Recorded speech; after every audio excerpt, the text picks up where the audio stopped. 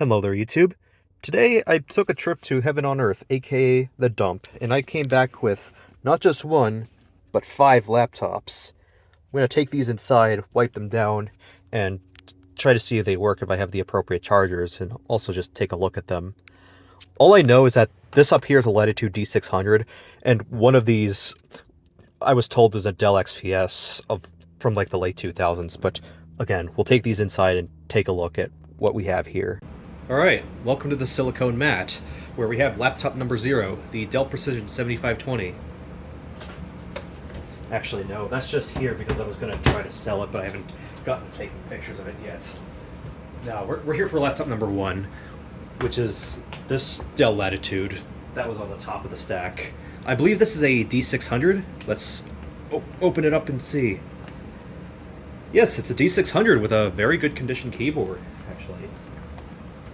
Yeah, that's very nice. Signed for Windows XP, and this one came with an Intel Wi-Fi card brand new. It could use a little bit of a cleaning, obviously, on top. Though, you should be cleaning used electronics whenever you get them in. Okay, looks like this still has the hard drive caddy. Does it have the screw? It does not have the screw, so we can really check if this has a hard drive or not. Ugh.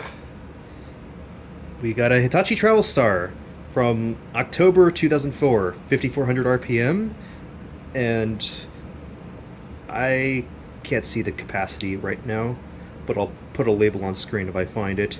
4AS, that's a date code, I'll put that on screen. But yeah, I'll have to see if this hard drive works. As for the bottom's looking good. This is a later production D620 because it has the Service Pack 2 style sticker.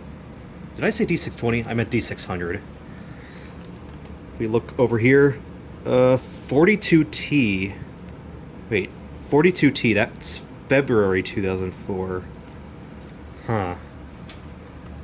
Either this had some part swapping or the battery's not original. Or, not the battery, but the hard drive's not original. There's no juice in the battery at the moment. I don't know if there is any juice, for that matter.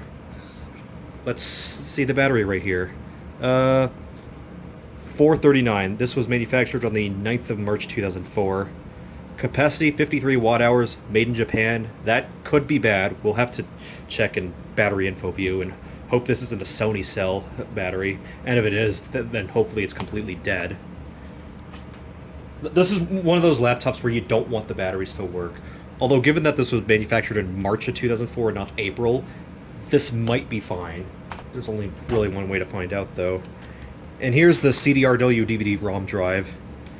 Okay, this one was replaced at some point because it has a manufacture date of 2006. 6B5, the 5th of November 2006. Okay, and I have my handy-dandy Dell Inspiron XPS charger from 2004 ready. 150 watts, this should be able to power every laptop that I got. So let's just plug this in back. There doesn't seem to be a power light, probably because the battery is... Oh! Okay, there's a green battery light, so this at least receives power. Let's F2 into the BIOS. Okay, the screen is working. I don't know about the backlight. It seems a little bit uneven from the angle I'm looking at, but that's expected for a 21-year-old CCFL. BIOS revision A09. I don't remember if that's the latest for the D600, but it's definitely not one of the earlier BIOSes. And this has to go through the thorough post because it's Dell from the early to mid-2000s. Okay, yeah, the CMOS battery, as expected, is completely dead. Let's press F2 to run the setup utility. 1.6 gigahertz. 14-inch Super XGA Plus display. Yo, that's a good one. 1 megabyte of level 2 cache. This is an earlier Banya's Pentium M. Radeon 9000, 32 megabytes. That's typical. 60 gigabyte hard drive. Okay, so we found that out. Okay, yeah, the backlight looks a little uneven since we're on a slightly more colored screen, but otherwise this is a good panel. Post minimal. 0% charged charging. It detects that this has a 150 watt power adapter, even though it's released before the Inspiron XPS.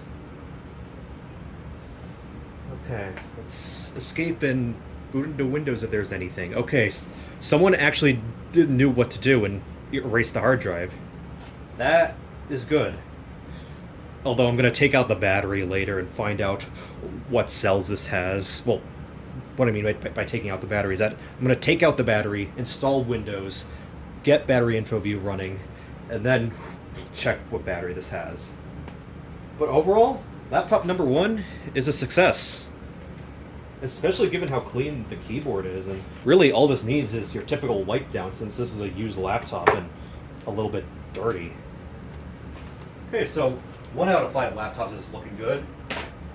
How about laptop number 2, which is looking a little bit less good because there's a crack in the lid over here and it's even more dirty. Let's open this up. This is a Dell Inspiron 1545, I believe, which oddly enough has a silver keyboard.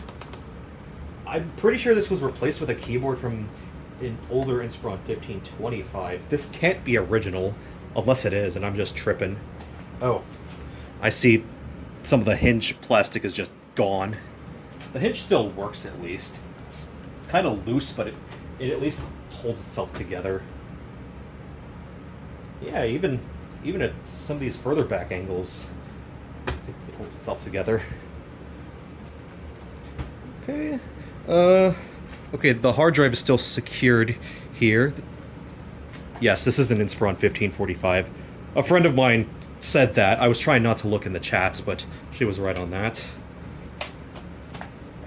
This came with Windows Vista Home Basic 93C, so this was manufactured around the 12th of March 2009. Here's the original battery. It is a 56 watt-hour unit from the 7th of February 2009. Made in China. Who knows if it still works after 16 and a half years. Optical drive on this one is a CDRW DVD rewriter, multi-recorder. And this appears to be a higher spec 1545 because it has an Intel Centrino sticker. Not Centrino 2, oddly enough, which was a thing by this point, but I guess this has a lower spec Core 2 Duo.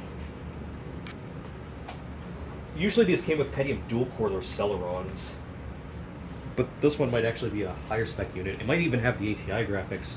There's the Inspiron boot up screen. That came up fast. The battery cannot be identified, so the battery doesn't work. And this has the newer graphical Dell BIOS. Let's check the system information. A05, 3072 megs, 1024, 2048. Okay, yeah, 3 gigs of RAM, DDR2. This has a 1 terabyte hard drive. Wow. That cannot be original. That had to have been replaced. Core 2 Duo T6400. Okay, so it's the lowest 45 nanometer one they made. GM45 graphics. Okay, integrated 1366 by 768 screen. Typical. Battery needs to be replaced, so it probably doesn't even work. 22509. Just gonna leave the date as is and see if this still has an OS install. And I can see the orange power light blinking. Also, another thing I remembered with the Inspiron 1545 is that I believe some of them had like a slot loading optical drive, or if not, then one of these keys up here act as an eject button. But this is not the case on this one. It has a tray loader drive and also a silver keyboard. In the case of the silver keyboard, I'm like 99% sure that it was replaced. And this seems to be hanging on boot, so I wonder what's up there.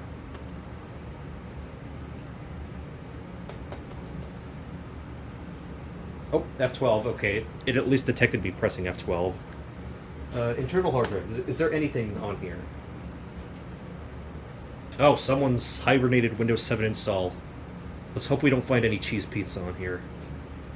Because that hard drive is going to have to get destroyed if there is. Also, just noticed there's a webcam up here. Probably would have been okay for Zoom calls back during the pandemic. Admin. Oh, brother. This was in hibernation for like 7 years straight. And someone left their emails open. You idiot. Why would you do that? And, of course, it's being slow and lagging on the desktop. This has Windows 7 Ultimate installed. It seems to be activated at least. Probably pirated, but it's activated. Windows 7 Ultimate. 3.4 Windows Experience Index. Let's see how this scores. Yeah, gaming graphics being the lowest, obviously. Processor and memory are 5.1, graphics 3.9, hard disk 5.9. Okay, that is a really weird partitioning scheme. You have 390 gigabytes for the C drive and then a new volume with 540. Okay then. I'm gonna shut this off and make sure this Windows install never sees the light of day again. Okay, laptop number 2 was a success, but please, for the love of God, delete your data.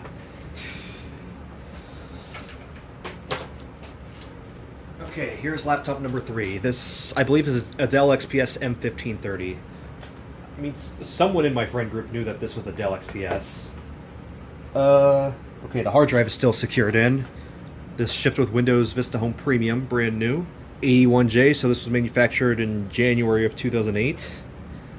There's no charge in the battery. Let's see when that was manufactured. Same day. This M1330 has... Oh, no, not M1330. I had an M1330 for a little bit, but that was broken, and I sent it off to a friend who needed it for parts more than I did. But this is an M1530, not an M1710. Thank God for that. This has a Core 2 Duo, as is typical. Windows Vista. Definitely NVIDIA graphics, as I'm pretty sure all M1530s did. I don't think this has an LED screen, though. I know that the M1330 could have come with one. I hear beeps, but I think the screen is totally shot. If not, then it's the GPU that completely went out on this one. Oh, I saw a little flash on the screen. Okay, the panel's receiving power, but I think the GPU is just shot on this one. I could probably use it for all the parts except the motherboard / GPU. So, laptop number 3. This one being thrown out was justified, I guess. Let's get a look at laptop number 4, which is... oh no, sticky rubber. It's not the same as the not M1330, M1530. I think this is a Dell Studio of some kind. Yeah, it's got to be a Dell Studio because this has a slot loader optical drive. Let's see if there's a model number on the back. This is a Dell Studio 1558, I think that is. The battery indicator seems to be worn off. Let's see if there's a manufacturer date. Okay, this is a replacement battery. This one shipped with Windows 7 Home Premium. Let's see the manufacturer date on this one. 08K, August of 2010. Okay. Oh, this one's a little bit newer. Well, aside from this being kind of loose. This one has a Core i5. Probably a 520M if I had to guess. Yes, the jack is on this side, interestingly enough. Okay, I see the eject button here. Okay, now, where's the power button on this laptop? Is it on a light strip somewhere? Oh. Oh, I see. Dell put the power button over here of all places. Weird flex, but okay.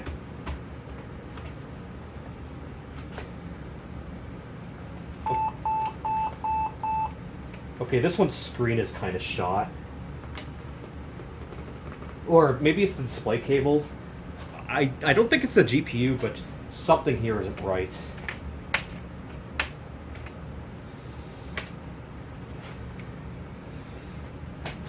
Okay, yeah, laptop number 4 isn't doing so well. It probably works, but there's something wrong with the screen, possibly the GPU. I think it's more so a screen fault. I'll have to plug it into HDMI and see what's up. Also, this hinge is kind of bothering me. Less so than the sticky rubber, though. Ugh. Wish they'd never touch that again. And laptop number 5 is not a Dell laptop, but it is Samsung. Okay, this is a Samsung RV520, shipped with Windows 7 Home Premium, manufactured July 2011. And this one seems to have shipped with a Core i3. So this is a laptop that you probably would have gotten a little Timmy back in 2011, because it kind of looks like a MacBook, but it's not a MacBook, it's Samsung, which is objectively better. Although, me being me, I don't have a charger for a Samsung laptop. So this one will probably have to go untested. Okay, so 2 out of 5 laptops working. That's not great, but they're 2 of the better ones that are working, at least, I guess. Well, okay, the D600 is the one I was probably most interested in. The M1330, it's physically in good condition, but I think it has a fried GPU, as is typical for Bumpgate era NVIDIA, and the Inspiron, no, not Inspiron, the Studio 1558, either its display cable or the GPU is shot. It's probably the display cable. I can go plug it into HDMI and find out. Portable monitors are the best thing ever, and anyone who disagrees is about to be punished by law. Oh, okay, it looks like it works at least, so really we just got a bad display. Starting up Windows 7. Probably pretty slow, probably a super bloated, jacked up install, probably on a dying hard drive. But the Inspiron 1558, it does work at least. Okay. So October 10th, 2010, that's when the BIOS is dated. i5 450M, so it's one of those OEM specials. This has 6 gigs of RAM at least. It detects a 150 watt power adapter. eSATA, none. Well, this has an eSATA port, but I don't know why people like eSATA so much. Back when my dad worked with it, back in like the early 2010s, he had nothing but problems at work. Quick boot mode, Intel SpeedStep, virtualization, basically every setting under the sun. Okay, this has Bluetooth at least, which is probably on a separate module. Failsafe status deactivated. Oh. Yeah, the GPU in this is probably going out as well. Not only is the screen cable shot, but also the GPU isn't doing so well. I'm going to at least disable CompuTrace permanently. We don't need that malware on here, regardless if it's working or not. But yeah, this laptop fails just because of the GPU, I think. I'm pretty sure that's why this is even happening in the first place. Unless it's just a really wacky connection with my HDMI cable, because it seems to be kind of sensitive, but I'm going to have to double check and keep my eye on this one. Not one of today's dump finds, in fact it's from last week, but this is another one that I've been meaning to show off, and I had to bring over here to come wipe down anyway. This is a Lenovo 2503 advanced docking station for early Lenovo ThinkPads like T60, T61, W500. And these are pretty rare and desirable docks, and why that's the case has to do with not this, which is the Ultra Bay, which I believe is still IDE based on this one. I'm pretty sure it's still IDE based. This was manufactured in October of 2007, so it was before the T500 came out. But it's because of this little section over here. If I were to remove the 2 screws here, then this would uncover a PCIe slot, which is X16 electrical, but only actually has a single PCIe lane. And what's desirable about this is that you can hook up like a single slot GPU within 50 watts or less of a GPU power budget, and therefore you could turn like a GMA model T61 into a fairly decent XP gaming laptop when docked. I mean, this is a little big and unwieldy, but in some cases it's more convenient than having a full desktop for XP retro gaming. Oh wait, there's another find that I want to show off. This one's from earlier this month.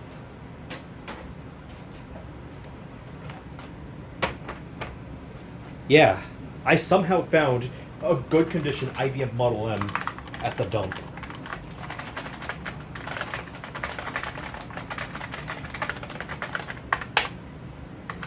Good old buckling spring switches. This one is a later Model M out of the real ones that were made. This was manufactured on the 25th of February 1992. Both the prop feet are still intact, which is very nice. So that way you can use that angle. Although you will be noticing one thing. The cable is missing. And it's not because the cable wasn't there when I got it. It was there, but some idiot snipped it off. So it's effectively useless. Luckily, replacement cables do exist, but it's like $65 for one on eBay. And I don't really want to spend that much on one yet, but this could go for a lot of money. But also I do want to give this a little bit of use before I decide to sell it off. I mean, it's a frickin' Model M. You're never gonna see these anywhere anymore. Okay, that's gonna wrap it up for this video. I hope you all enjoyed watching it, and I'll see you all in the next one. Peace out.